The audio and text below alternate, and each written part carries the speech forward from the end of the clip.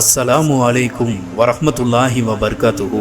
மெஹராஜ் இரவு அன்றைய காலை பொழுதிலே மக்காவிலே நடந்த ஒரு வரலாற்று நிகழ்வை தான் இந்த பதிவிலே நாம் காண இருக்கின்றோம். மெஹராஜுடைய பயணத்தை சில நபர்கள் நம்ப மறுத்தாலும் 1400 ஆண்டுகளுக்கு முன்பாக அல்லாஹ்வினுடைய தூதர் பயணம் செய்த அந்த காலை பொழுதிலும் கூட குறைசிகள் அதை நம்ப மறுத்தார்கள். அல்லாஹுடைய அத்தாட்சியை அவர்கள் முன்பாகவே அல்லாஹ்வினுடைய தூதர் நபி ஸல்லல்லாஹு அலைஹி வஸல்லம் அவர்கள் காட்டினார்கள். இந்த நேரத்தில் இந்த ஹதீஸை, இந்த வரலாற்றை நாம் தெரிந்து கொள்வது மிக முக்கியமான ஒன்று.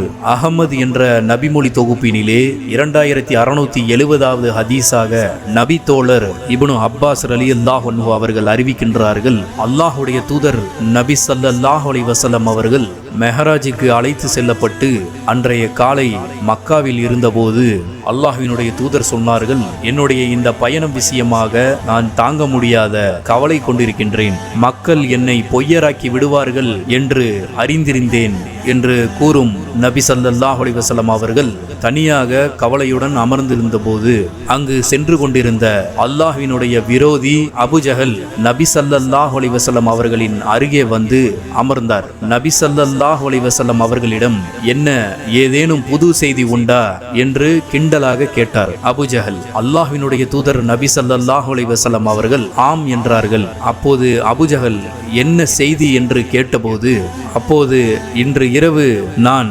வானத்திற்கு அழைத்து செல்லப்பட்டேன் என்று ரசூல் ஸல்லல்லாஹு அலைஹி வஸல்லம் அவர்கள் சொன்னார்கள். உடனே அபுஜஹல் எங்கே என்று வினவிய போது அல்லாஹ்வினுடைய தூதர் விளக்கமாக சொல்லுகின்றார்கள், மக்காவிலே இருந்து பைத்துல் முகதஸ் என்று பதிலளித்தார்கள்.